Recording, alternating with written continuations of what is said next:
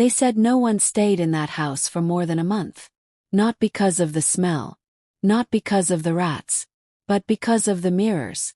Lena Cole didn't believe in curses. She was an artist, the kind who found beauty in the broken. When the listing for the old Morrow Estate popped up for half its worth, she took it without hesitation. The real estate agent had told her the usual stories. Disappearances, strange noises, cold spots, but Lena only smiled. Perfect, she said. The creepier the better. Artists thrive on atmosphere. She moved in on a Sunday. The air inside the house smelled of dust and damp wood. Her boots echoed off the marble floors, each step followed by another. Lighter, slower, that didn't quite belong to her. She noticed the sheets immediately. There were mirrors everywhere, each one covered like a sleeping corpse. She tugged at one, revealing a cracked glass surface and a reflection that seemed darker than it should have been. She covered it again. That night the whispers started. At first she thought it was the pipes, the old house sighing and settling. But around 2 a.m. the sound grew distinct. Voice. Soft, low, and coming from beneath the floorboards. Lena sat up in bed. Hello. No answer, just that same slurred muttering. She pressed her ear to the floor. The sound stopped. She didn't sleep the rest of the night. By day she decided to investigate. The basement was colder than the rest of the house, the air thick and damp. Her flashlight beam caught the edges of something tall leaning against the far wall. A mirror, half buried under wooden planks and debris. It was massive, nearly 7 feet high, its frame carved with twisting shapes that seemed to shift the longer she looked at them. She brushed the dust from its surface. Her reflection flickered. She blinked. The light wavered. And for a moment, a heartbeat no more, her reflection smiled. She froze, staring. Her own face staring back, lips curved upward while hers were still. Then it was gone. Just her again. Pale, wide-eyed, breathing too fast. Okay, she whispered. Old mirror. Weird lighting. That's all. But when she turned off the flashlight, something on the surface glowed faintly. 5 words written in the dust. You can't hide from me. She tried to laugh it off, tried to convince herself it was a trick of her own mind. But as the sun went down, the voices returned. Clearer this time. They were names. Whispered names. Dozens of them. She called her friend Clara the next morning. Stay somewhere else for a bit, Clara told her over the phone. Just to clear your head. But Lena didn't leave. She told herself she couldn't. She needed to finish her art. That was when she started painting the mirror. First it was just an artistic study. But as the days passed, the details changed on their own. Faces began appearing in the glass behind her painted reflection. Faint, blurred, but human. She painted over them. They came back. Every night new faces. Every morning, the same 5 words written in fresh dust on her mirror downstairs. You can't hide from me. She started sleeping with the lights on after that. It didn't help. One night, as she dozed off at her work table, she felt the air shift. Colder, heavier. She looked up. The painting on the easel was still wet. But her reflection in it blinked. Lena stumbled back, knocking over her chair. The paintbrushes scattered, clattering on the floor. The reflection's head tilted, following her movement. And then, in the silence, it raised its hand. Her painting raised its hand. Lena ran to the basement, desperate to prove something, anything to herself. But when she reached the mirror, the surface was different. It no longer reflected her. It showed the room as it was a week ago. Her old self, walking in smiling, alive. Then the reflection turned to face her. And smiled again. That was the night she stopped painting. And the night the mirror began to dream. By the second week, the house didn't feel like hers anymore. It was as if something beneath the wallpaper, beneath the floorboards, had begun to wake up. The air had weight now. Her own footsteps sounded different, softer, like she was walking on something hollow. Every time she passed a mirror, she felt a tug, a gentle pull like static electricity. She'd catch glimpses of motion in her periphery. Sometimes it was just a blur. Other times it looked like herself but slower. And always that same uneasy feeling, that she was being observed. Lena started documenting everything. Sketches, voice notes, photos. If something was wrong with her mind, she wanted proof. Lena recorded, "It's 3:04 a.m. The house feels off again. I keep hearing, no feeling, someone behind me when I walk past the mirror. Maybe there's a logical reason. Maybe it's just sleep deprivation." By morning, she decided to move the basement mirror upstairs, to confront whatever it was head on. She dragged it carefully to her studio, setting it against the far wall where the light from her skylight could hit it directly. For hours she painted it. She painted until her fingers cramped and her vision blurred. The finished piece was stunning. Hyper-realistic, haunting, alive. When she stepped back, she realized something strange.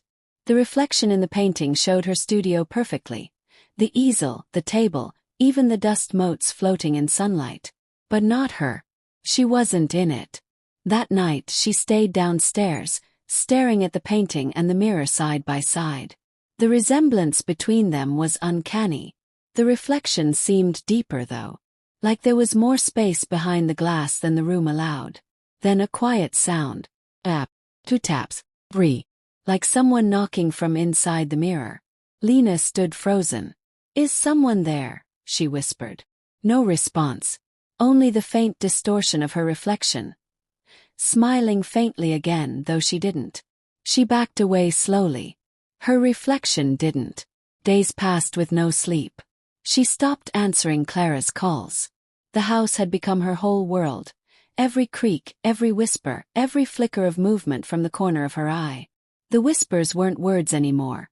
They were tones, like the house was learning to speak through sound. She began noticing new things in her sketches. Details she didn't remember drawing. Shapes of people standing in the mirror's background.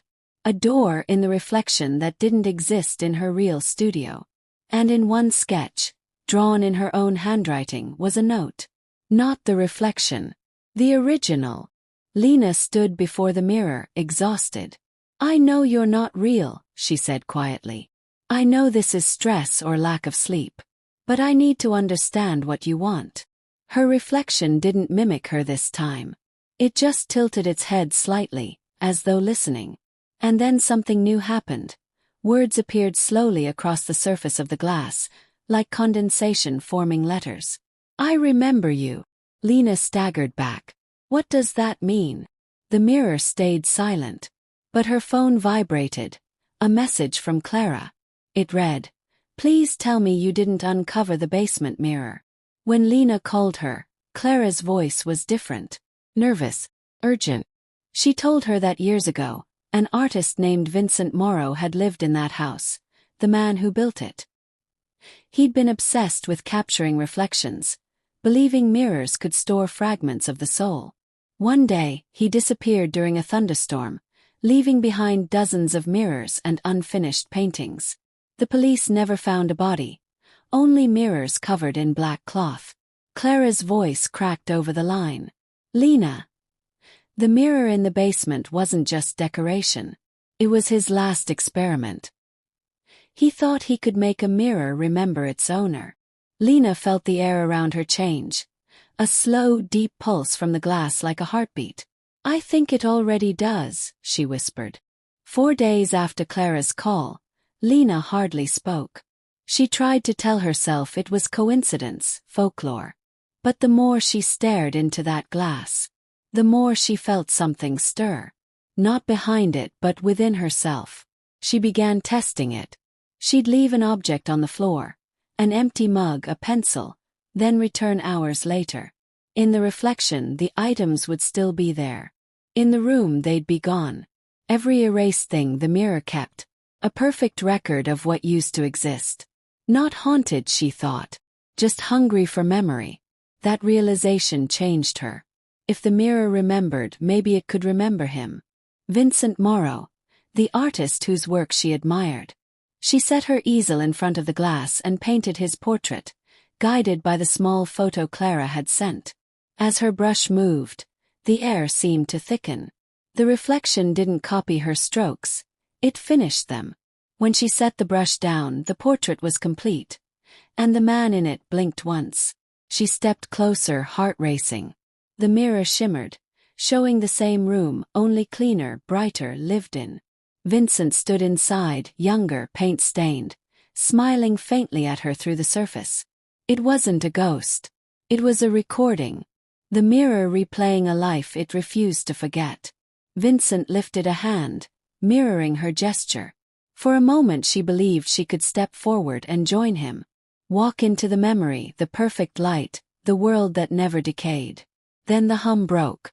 The reflection fractured like disturbed water. Vincent faded, replaced by her own image again. Pale, sleepless, trembling. She whispered, "You're not keeping him anymore." Her reflection tilted its head, as if considering the claim. Then the glow faded. The mirror went still. Lena covered it with the heaviest cloth she could find, nailed the edges to the frame, and left it there. She locked the door behind her and never returned. Lena's world became quiet again. Her art began selling. Her hands stopped shaking. But sometimes, as she mixed her paints, she'd notice the surface of the water tremble. Just slightly, as if remembering another vibration. She never mentioned the Morrow house again. But she kept one of the old sketches pinned to her wall. A mirror, half covered, with the faint outline of a woman standing inside it. They say mirrors don't hold the past. They only reflect the present. But some reflections never learn the difference. Some still wait for the moment someone looks long enough to help them remember. If you ever find an old mirror at a yard sale, and the glass feels warm to the touch, cover it and walk away. 'Cause some art remembers you back. If this story kept you looking over your shoulder, subscribe for more whispers like this one. And keep your lights on. You never know what might be watching from the other side of the glass.